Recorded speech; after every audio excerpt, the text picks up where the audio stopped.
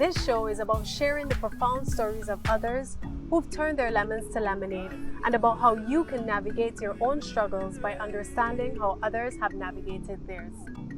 As I continue to search for my own truth, I will share the incredible stories of the people that cross my path, with the hope that you find inspiration, courage, and peace along your own journey to make the best lemonade your life has to offer.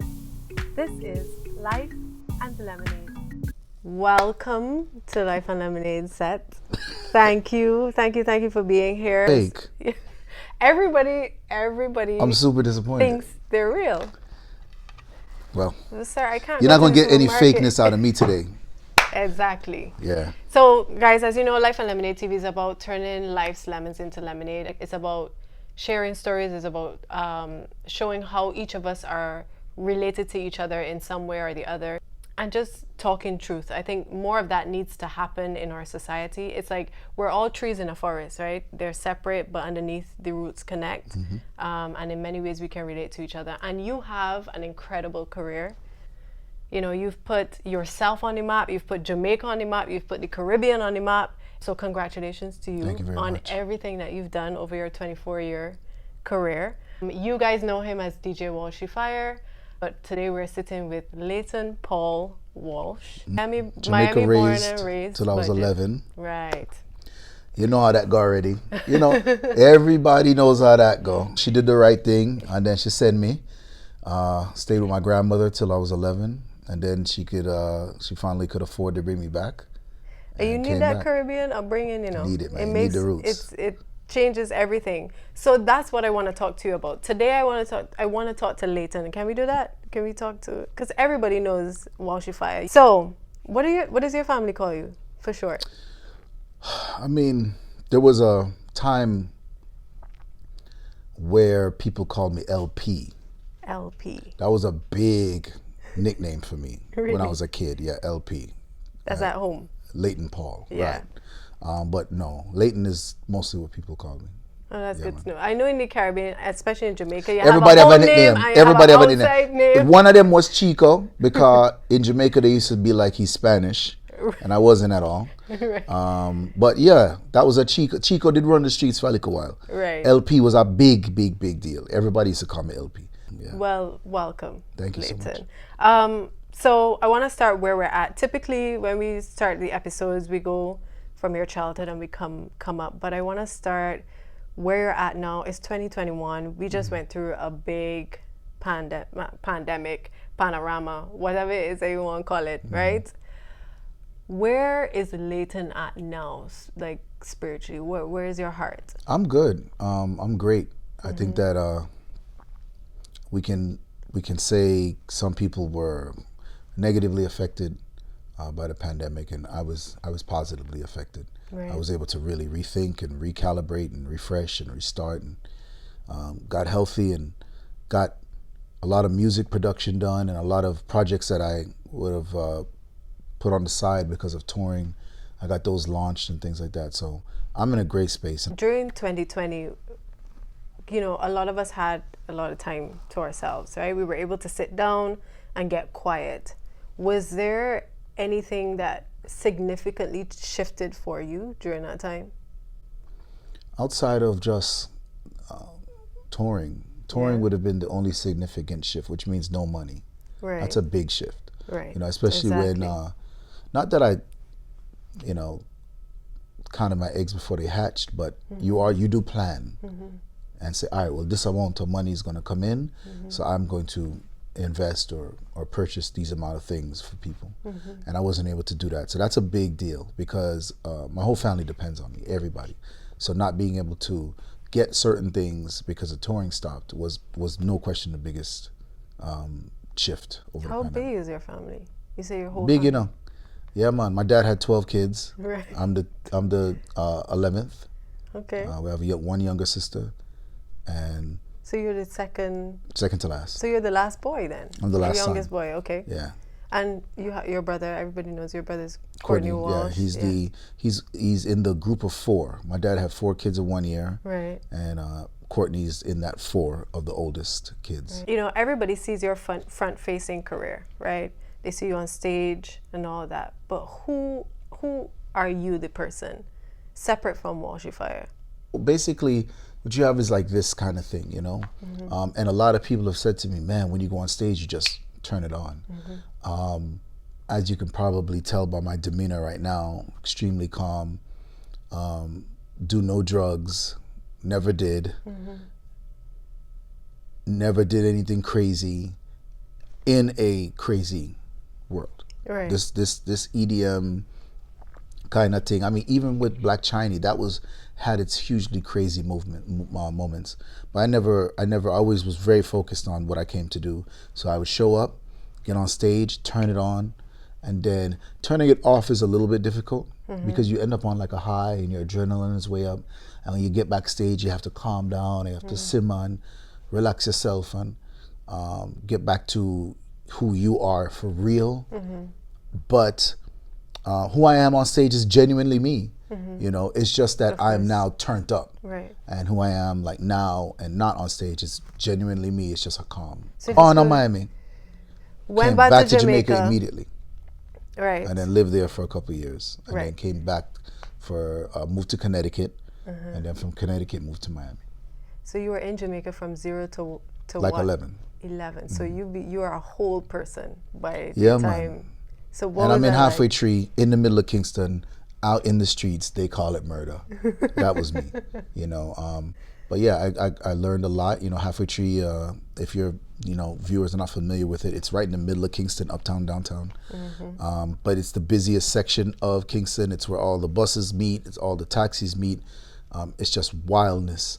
And I grew up in the era of what I would consider the golden era of dancehall. Right. So the late 80s, you know, Shaba, Papa San, Beanie and Bounty just starting, Supercat. That's the golden era of dancehall for me, in my opinion. Actually, that's the golden era of dancehall. I would argue that with anybody. So if anybody wants that fade, you know, just hit me up in the DM. But that's where you get reggaeton from. That's the era where you get all of these branches of music from. I was able to see these artists perform because Halfway Tree had a place called Skateland. It had a place called House of Leo. It had all these clubs and venues in Halfway Tree that just shook where I lived. Bass vibrating. You know, we grew up in zinc fence, you know, so we didn't have no actual walls. So anything we keep outside is like you keep inside. So we just a rock same way. Them times Stone Love just I get big, and you know, it's becoming this big like dancehall is taking over kind of thing. And I was there to see it grow. I was there to see all of those artists I just mentioned perform. I would climb the tree and watch the venue. Sometimes my brother could take me in the venue, and I'm just a little youth, like a big man. I try to pose like a bad man. It was extremely sculpting. You know, I understood energy and vibration and how everything, the economics of everything, and I learned that very young. So I give thanks for that, because I think I'm extremely good at that because of growing up like that. So you think that is what planted the seed for your love for music? Or? Yeah, no question, because my mom always played music in the house, so that was one thing. But then my older brother really, and I mean, I have to give Courtney his props, he really took me out. Now, I don't know what you were doing at that age, but just imagine you're in a big people club, you know, at that age. The impact, you know, like just think about like, let's say like how we were talking the other day about trauma. Something huge happens to you at a young age and it lives with you for life in a bad way. Same thing in a good way. Something impactful happens to you. Like when you see a picture of a kid meeting Michael Jordan, you're like, yo, that moment, he'll never forget the impact of that moment and how he perceives that person. It's going to last his whole life and probably make him excel because he'll be like, I'm next to my hero. And that's why my brother was that hero, no question. That impact for sure brought me into music, even though I didn't go into music till way later in life. But for sure it was like music is my love. So by the time you moved to Miami, right? And you gave us just a little snippet, and I know life in Jamaica at that time, you know, in that space would add so much more context and richness to your life. But by the time you transitioned to Miami, what was it that Jamaica gave you that you took to Miami? to become the rest of who you were? So much. I mean, to be honest with you, because you're talking about a completely different life. Third world life, you learn skills that are unexplainable in a way, because they navigate the life. Like, for instance, and I know a lot of people who are not from a third world country or not from or from America won't understand what I'm about to say. But you know, in the Caribbean, let's say, I'll use that, but I'm sure it's everywhere else. You'll see 3-4-year-olds walking on the street to go to school by themselves, and they navigate that world. They know how to cross the street. And the village looks out for them if need And be. everybody, I watch them. Yeah. So they're by themselves, but not really. Yeah. You know, and so when you guys take a trip to Jamaica, let's say, and you see some little 5-year-old with a huge backpack just walking by himself to school, that's the energy of the village and communal vibe, and how awesome that is to grow up in that, knowing that there's a million people looking out for you. I would say for sure you learn observation. You learn how to assess a situation. You learn how to you know, you don't just stick your head out.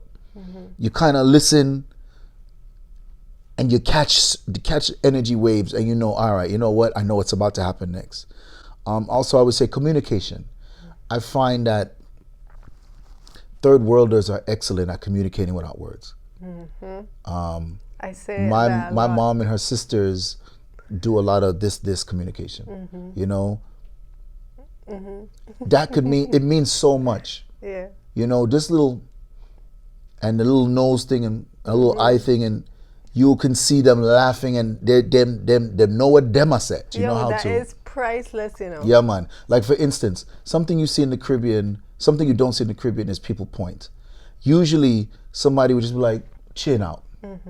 Because there's something in the finger pointing that people are like, don't do that. Yeah. You know, it's like your spot got blown. Yeah, you grew up, well, your parents said don't point. Don't point. Yeah. Them actually tell you don't point. Don't It's point. rude. And so you learn how to communicate through just almost mysticism. You know, where you learn how to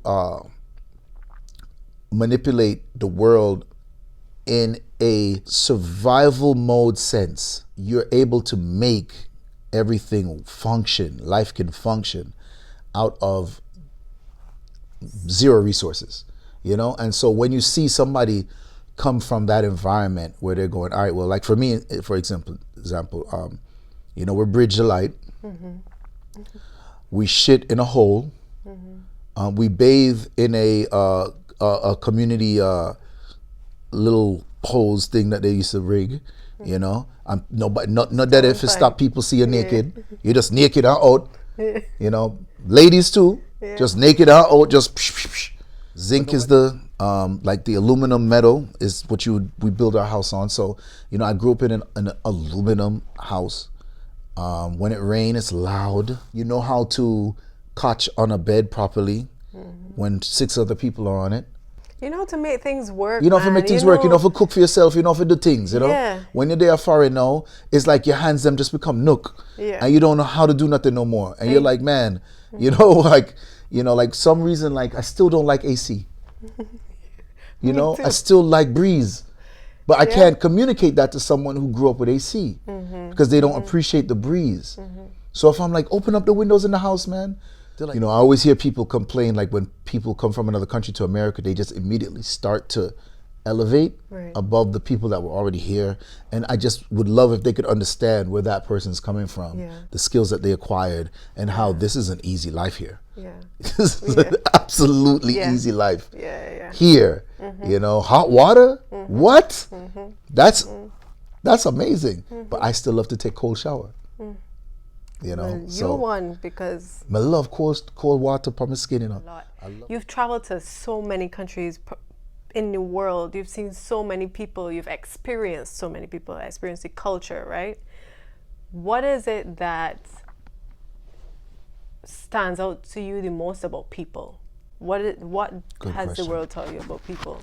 Where I go, I've found that Caribbean people are there. Well, number one. You'll find somebody out there. A lot of them, you know, are there because they did some illegal thing back in the day, and now them in other world under something. But a lot of them just found a niche somewhere and have made it work. This is such a great question. One thing I've learned about every single person in the world, no matter where they were from, is that they want the exact same things that I want.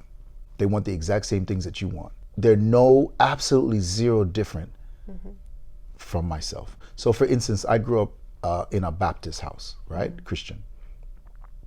And there was a time when I actually went super hard with being Christian. And I cut off all my friends that weren't Christian. I only listened to gospel. I went to church like 4 nights a week, something like that. Now I know what caused me to go there. I know the... What age was this? 19.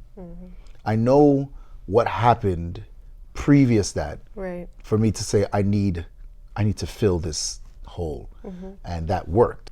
But then in college I took a religious class, and that class taught me about Islam, Hinduism, and Buddhism. And then I became in love with those religions. And then I started to realize, everyone is just trying to be the best themselves. And that's, no one's different. No one's here, no one's there, you know? And especially when you deal with like the Abrahamic religions, and you start to see some people call themselves the chosen people, and some people say that they're the best, you know, God's favorite and things like that. You realize that it's just them making themselves feel better at the expense of some other people. And that's where you get a lot of the conflict. That's where you get a lot of the drama. Like for instance, you'll go to like, I go to Haiti and I see the devastation of the hurricane and of the earthquakes and of the political violence. And you cannot, you look at anybody in Haiti and you're like, these people just want what I want. To walk outside, do what them feel like to do, love who they want to love, be happy. That's all they want. Running water, food, clothes. The basics. The basics. And then the next thing is you realize that everywhere in the world has a particular energy, and it's really awesome that you and them are different in certain aspects, and you don't want to be the same. You don't want a homogenous world, you know? Like for instance, when you go to Cape Town and you see all the guys with their teeth out, it's the most amazing thing, you know? I fully understand why the guys in the ghetto have pulled their teeth out. Because I come from a place where the guys in the ghetto put permanent gold teeth on their teeth. And I can go to another place and the guys from the ghetto are doing some kind of other feathering and posturing because they don't have any other way to say I'm somebody. So they begin to do some things that somebody might call extreme, so that they can have some kind of hierarchy in this little bubble that they're in. Everywhere in the world is the same. You go into the ghetto, someone is doing something exorbitant. And a lot of those times what they're doing that's exorbitant then becomes a part of mainstream culture. Everywhere in the world you go, there's this exorbiance, this unbelievable presence that's just them. It's local to them.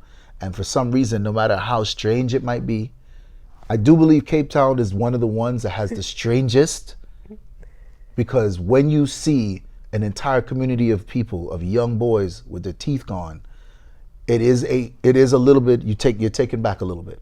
But you also you look at them and you go, I see what you're trying to do. I see the response you're trying to get. I see that they all are a part of this system, that I'm just an outsider.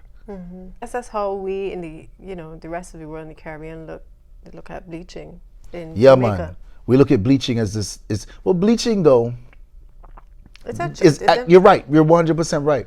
You go to Nigeria, you go to Jamaica, and you see the bleachers, and you understand that they live in a little tiny bubble, that this skin color will literally shoot them up. The girls start say, yeah, man, brown man, and totally understandable thing if you can just take yourself out of your mind frame, open up your mind, and see what their life is like and why they do it. Yeah, Growing up with your brother being Courtney, you said he was your hero, right? And he was like a star cricket player. I knew his name growing up in Barbados. He was a representation not just of Jamaica but of the Caribbean, right?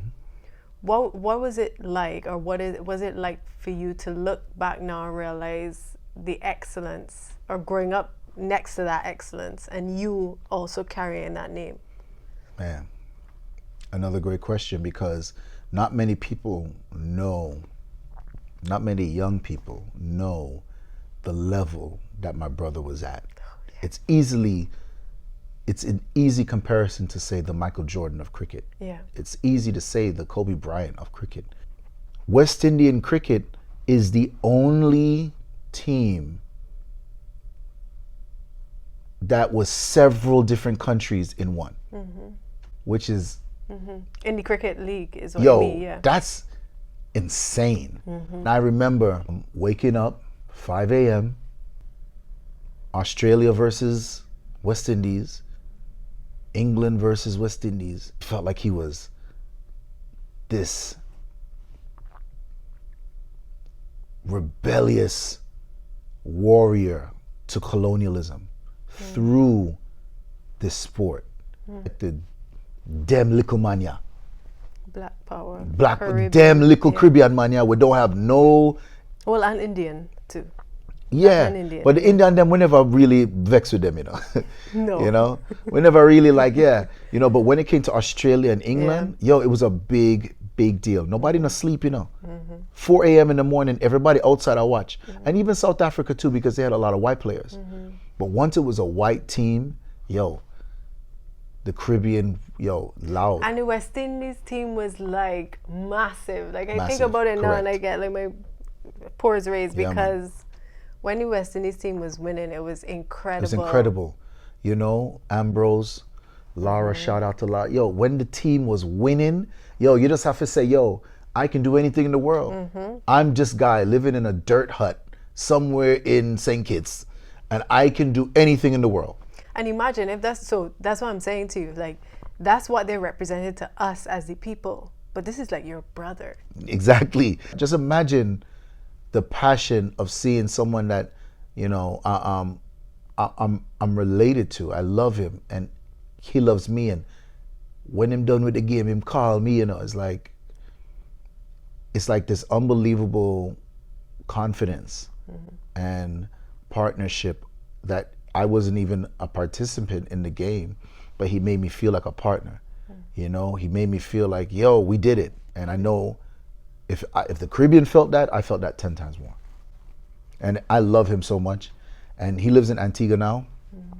And every time I go to Antigua, I see the big statue of him. And you're just like, this guy was the guy. So how does it feel now to walk? I mean, you're walking in your own legacy, but the name already has excellence to it, So how does it man, feel? that always was a big deal for me, to uphold the name. I've always felt like, man, I have to do extra good, because they know that's my brother. And they're going to either expect me to be lazy and just be like, I showed up, or they're going to make it super hard for me. And so I need to be very prepared.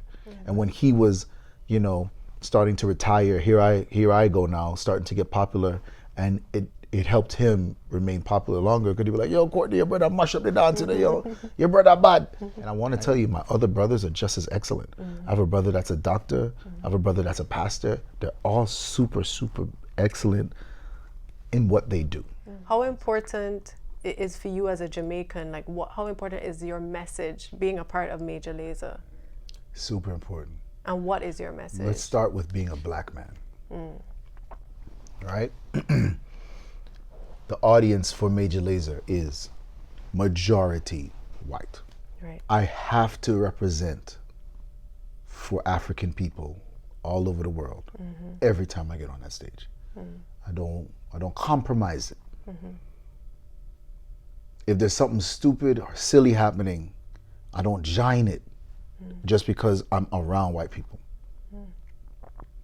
And I see how easily a black man can get in a situation where they felt comfortable to do something stupid because of the people that were around them. And then at some point, they realized those people were never really there for them. There's a lot of traps set up for success. Tons of trap doors. Like, yo, you just make a one step, whoops, you're gone. As a black man, let me say that.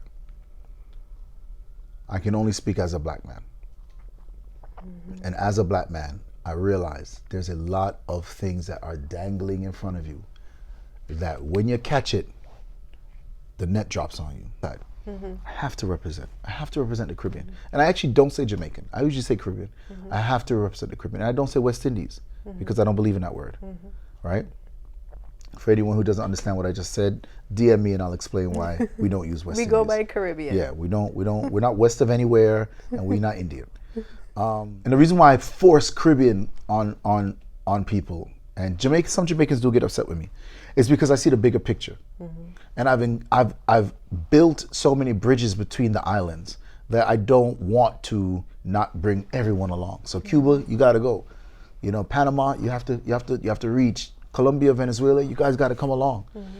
Because I understand the impact of numbers, and I understand the impact that I have with 100,000 people in front of me and me saying Caribbean. Also talking about the history of a place, like if you led with Jamaica, you are dragging a whole region behind you because our history is so connected, so intertwined. It's going to be, there's a black man representing the Caribbean at all times, and I hope you love it. As I want people to communicate with people that they never communicated with. I want people to become friends with people that are completely out their bubble. I want them to be able to partake in exchange of culture without stealing culture, without degrading or disrespecting culture. I want everyone to have an open mind. If you go to a culture and they do something completely opposite of what you do, that is fine. You know, like for instance, when we go Philippines, and they hand me balut, which is a chicken still in the egg, but it's a fully formed chicken. I've never. And you crack it open. You drink that. They boil it. You drink that thing like a soup, and then there's a baby chicken in there staring at you. When I go to Philippines, and they see me eat that, and I don't eat meat, they see me eat that and say, yo, this brother is a righteous brother, you know. Them little things, that little thing. Like same thing, South Africa, what's the dish with the big snails? Worms, like huge fat worms. They sell them in the restaurants, I can't remember now. Mopani worms. There you go, boom. Not that good, you know. But the fact that I'm not afraid to eat what is visually un-Americanly appeasing. I can see their reaction to me, like my brother. That little effort that you just did has now given you access. You have the keys now. And so I love that cultural exchange, and I want it to grow, and I want people to learn. And I think the more we know about each other, the less we'll fight. Right. So I want to pivot, if we can, right now. So the reason that we're even having this conversation, having this interview right now, is because we recently had a conversation about trauma. And, a real good conversation. Yeah, we had a really good conversation about trauma. So you recently did an interview on Instagram. It was around the time that DMX died. And you felt inspired at that time to share your story. Why now? That's the question I think will never have an answer. That's like that God timing kind of thing. You're not ready for it. Wasn't ready for it. Wasn't prepared. Had no alternative motive. It just felt right. It just felt right. And what was it about DMX in particular? Yeah, man. That's the great part of this, right? Is DMX was the trigger. He was the catalyst. I looked at DMX and saw several similarities with myself. A person who was very strong, very masculine, very alpha, but no question at the same time, very emotional and calm. You'd see him with blood covered in blood, going har har, And then at the same time, you see him holding some flowers and telling you why the flowers are so important. That resonated with me. And so I always felt like I didn't do enough of the flower thing. I always felt like I was much more on that side of it. But there was something in every one of us. Yo, every bad man we see, was a baby, I always remember that. Every man we see with a big AK-47 killing people was a baby, was a child looking up to you, looking up to someone who just wanted a hug, was somebody to say, I love you, you're great. That's the kind of love I grew up with, where I watched my aunts and them do this kind of thing, where it's like, I'm not even gonna ask you what's wrong. I see something's not right. But I know me just sitting next to you, hold space, and just sharing this space with a vibration that's not coming from my mouth, but is healing, to have somebody just there who, when you're ready, will be there. When you're not ready, they're there. That's unconditionality, and people aren't born bad people. Facts. Right? And yes, there are people who've done things that seem almost unforgivable, but at some point they've made a choice because something in their life has just turned them away from love, has turned them away from compassion, understanding that they themselves have love, because how you relate to the world is how you relate to yourself. Going back to DMX, right? DMX passed from an overdose, and he we know his story. He was on crack, and it was something that he could not break. And getting into his story, he had a lot of pain in his life, and you said you relate to that because you have a family member. You had my older sister was on crack from the 80s, and she passed 2 years ago, drowned on crack. When my sister died, it didn't cause me to open up. I just was very much like, that's what happens when you're on crack. But something about DMX, I could think it was the man. It was just me as a man seeing another man. And I had years of relating to that man. People calling me a bully, people calling me an alpha male, which has a toxic tone to it at times. And me being like, all right, well, I'm that guy then. Then seeing DMX do things like his prayers on stage, and it hit me hard. And me being like, damn, I wish I could have moments where I could open up. I wish I could have moments where I could talk. And I realized I had no one to talk to. Because as a black man, who do you talk to?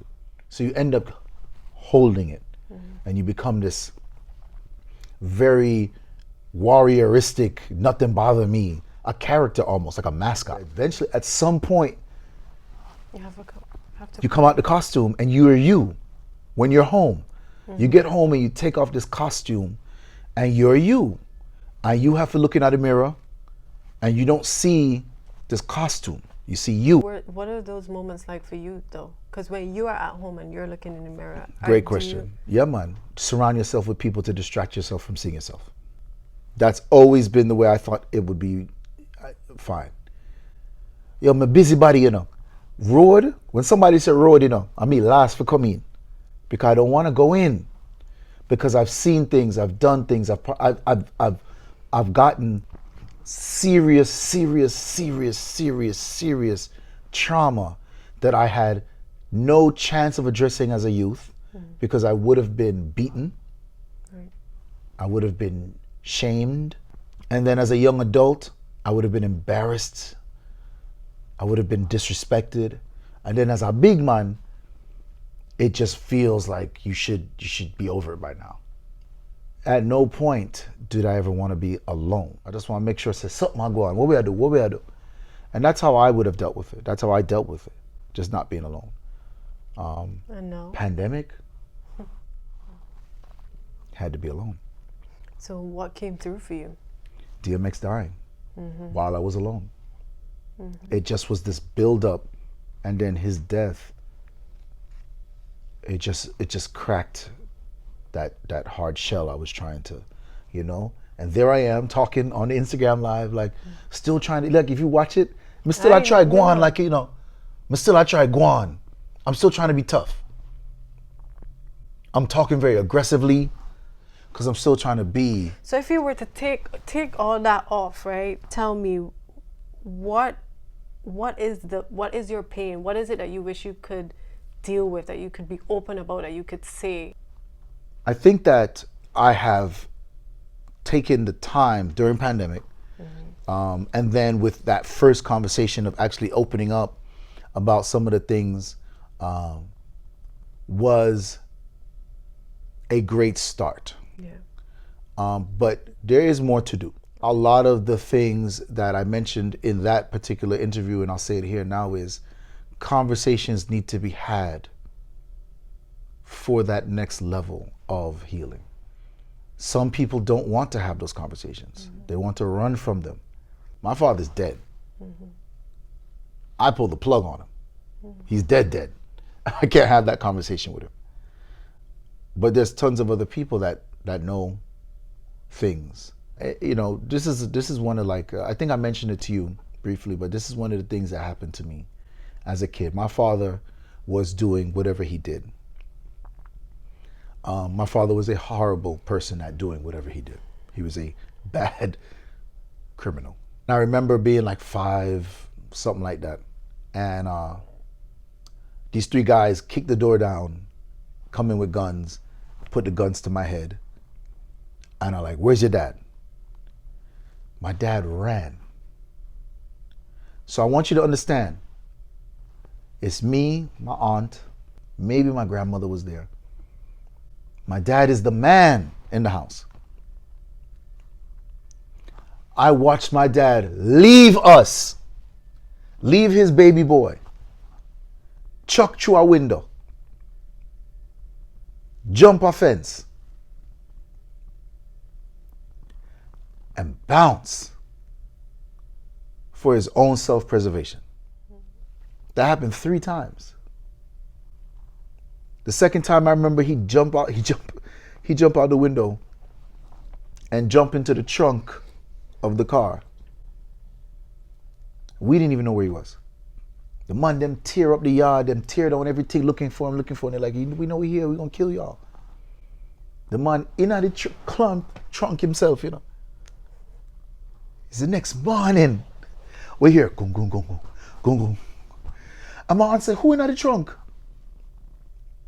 When she busted, my father came out of that joint. Everybody good? Everybody all right?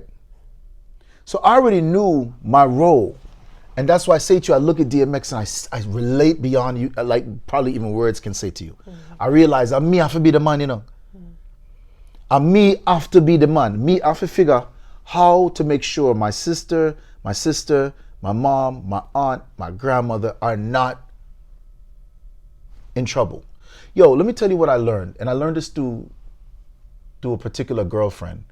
But I realize now I learned it through my mom as the first woman to love me and I love. But I really channeled and honed it through a girlfriend. And that's my understanding of what a woman wants. And I realized that, and I only say that because I was doing a lot to help women.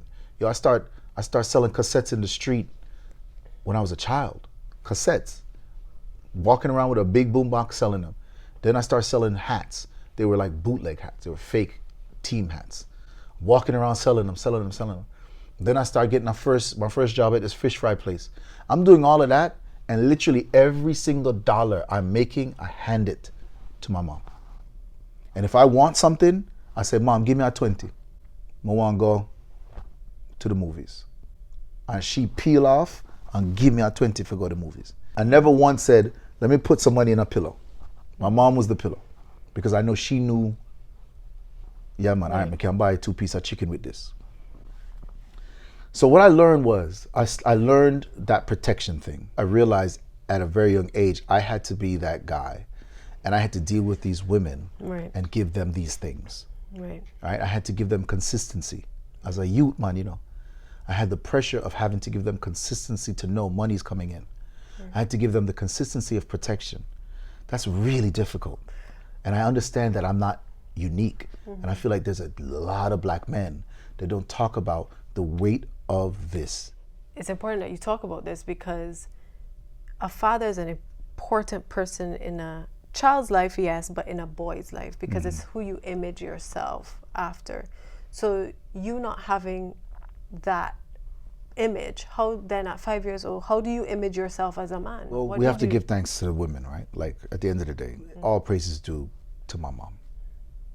To work 16 hours a day and take care of many children, some of them not hers, and do it with a joy that you never looked at your dad and said something, she never dissed the man, you know? She never made us feel like he was a bum. She never cursed the man. All when him box her down, she'd look at us and be like, all right, you guys just go to your room. She handled herself in a mannerism that is so godlike. So what would you want, based on your own experience, what would you want men to know? First of all, it's okay to talk. There's no shame in it. There's no shame in, I told you I saw my dad rape my older sister. Yeah. I saw my dad rape his daughter. I saw that. She was a child. My dad molested her for many years. I never spoke about it until that interview. Right. Don't fear speaking. Because there's things that just will never, there's a cancer that will never get the attention it needs to start the healing if the words don't actually come from your face. It will just always be there. Whatever it is, talk, man. Wherever you feel comfortable to talk. You know, we don't talk about we don't talk about molestation. We don't talk about rape. We don't talk about woman beating. We don't talk about it. Not enough. It's a shame in our community. Yeah, man. Every man would know themselves and know that there was something that happened or some things that happened that have made you a little, traverse this world a little bit uncomfortable or a little bit aggressive, or you don't feel you're at your happiest. Yeah, man, talk, man. Why? Because there's something there. And there's something. But you carried that for decades, right? Right.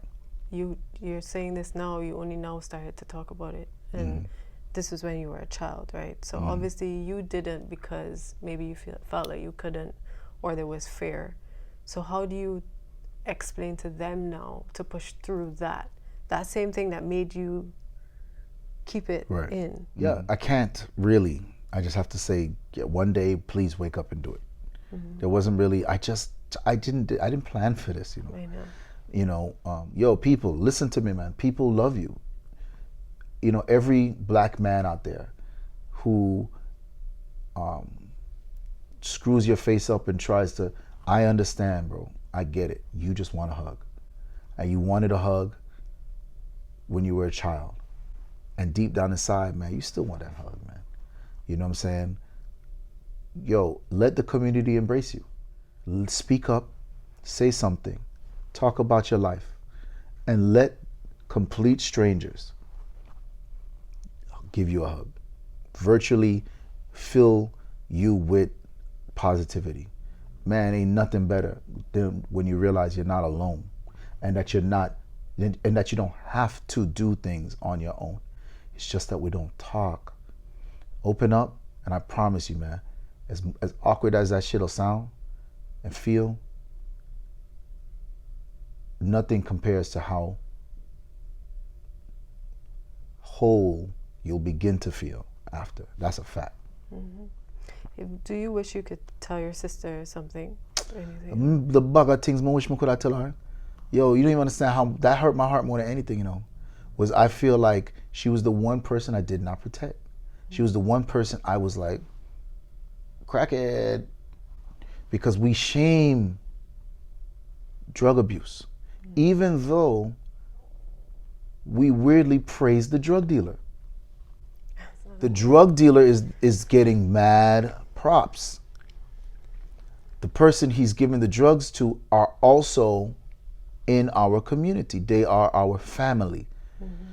And I did the same thing. I shunned my sister and gave the drug dealer props. That anger is still inside me. I wish I could have used the money that I have now to give her real rehab and treatment. I wish I could have shown her that she was absolutely loved by her family, not shunned, not to be ashamed. I wish I could have moved her into a space where she no longer has access to that. There's tons of things I wish I could have done.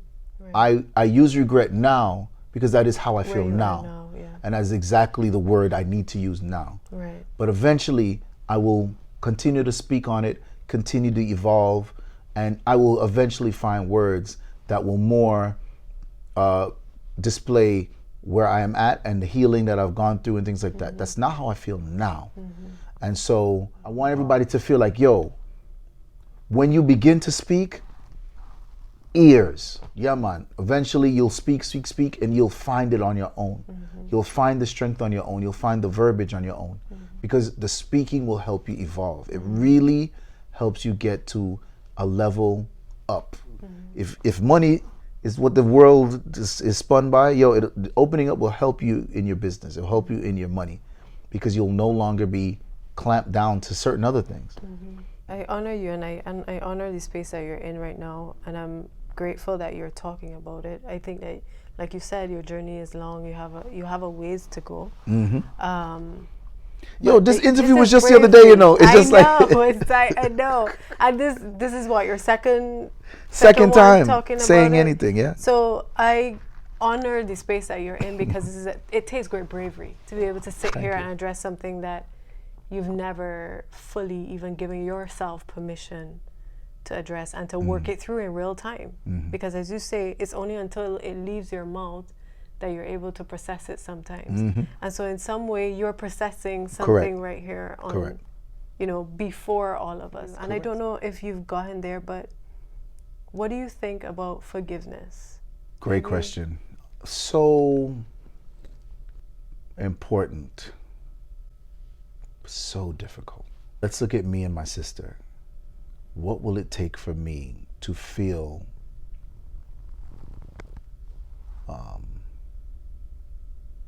forgiven for neglecting her? I can only assume, off of how I feel from these couple of conversations I've had, that more of this needs to happen. And then I will eventually get to a place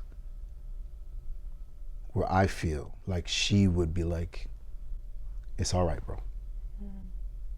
You did your best.